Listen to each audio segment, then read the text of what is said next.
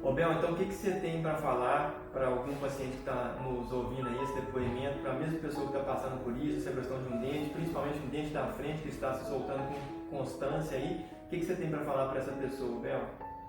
Olha, em primeiro lugar, procurasse, né, Dr. Marcos, né, porque quer excelência também no tratamento, né, aqui todo mundo, desde as meninas lá da recepção, né, o que puder fazer para ajudar, em questão de facilidade, é excelente. Fala pessoal, tudo bem com vocês?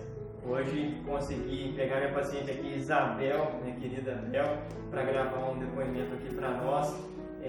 Nós fizemos um implante dentário aqui faz pouco tempo e a Bel vai contar um pouquinho aí como é que foi essa história para nós. Meu nome é Isabel, né? Eu moro aqui em Divinópolis já fazem 20 anos já, trabalho no laboratório e tenho 2 filhos. Conheci o Dr. Marcos em outra clínica, né? Estava grávida do meu primeiro filho, né?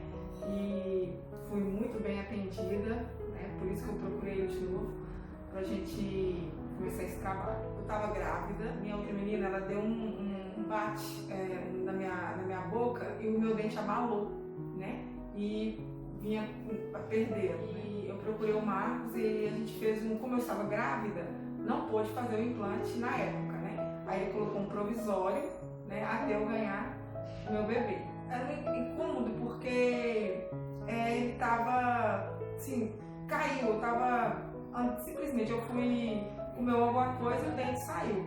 Então esteticamente fica péssimo, né? Muito feio mesmo.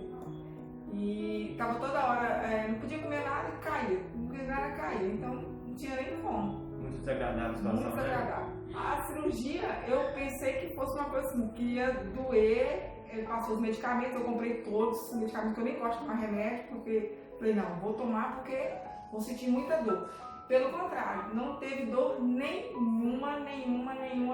Agora, depois do que ele colocou o provisório, eu me senti, tenho mais segurança, né, em poder conversar, em poder me relacionar, porque ficava uma coisa assim, meio, não sabia que hora que o dente ia cair, assim, o que podia acontecer, né, de improvisar, não tem como improvisar. Acho que a palavra certa é constrangimento, né, Bel? Indica a dinâmica então, Bel? Tá, mil vezes, indico mesmo. É isso aí, pessoal. Obrigado pela confiança aí, Bel. Um abraço.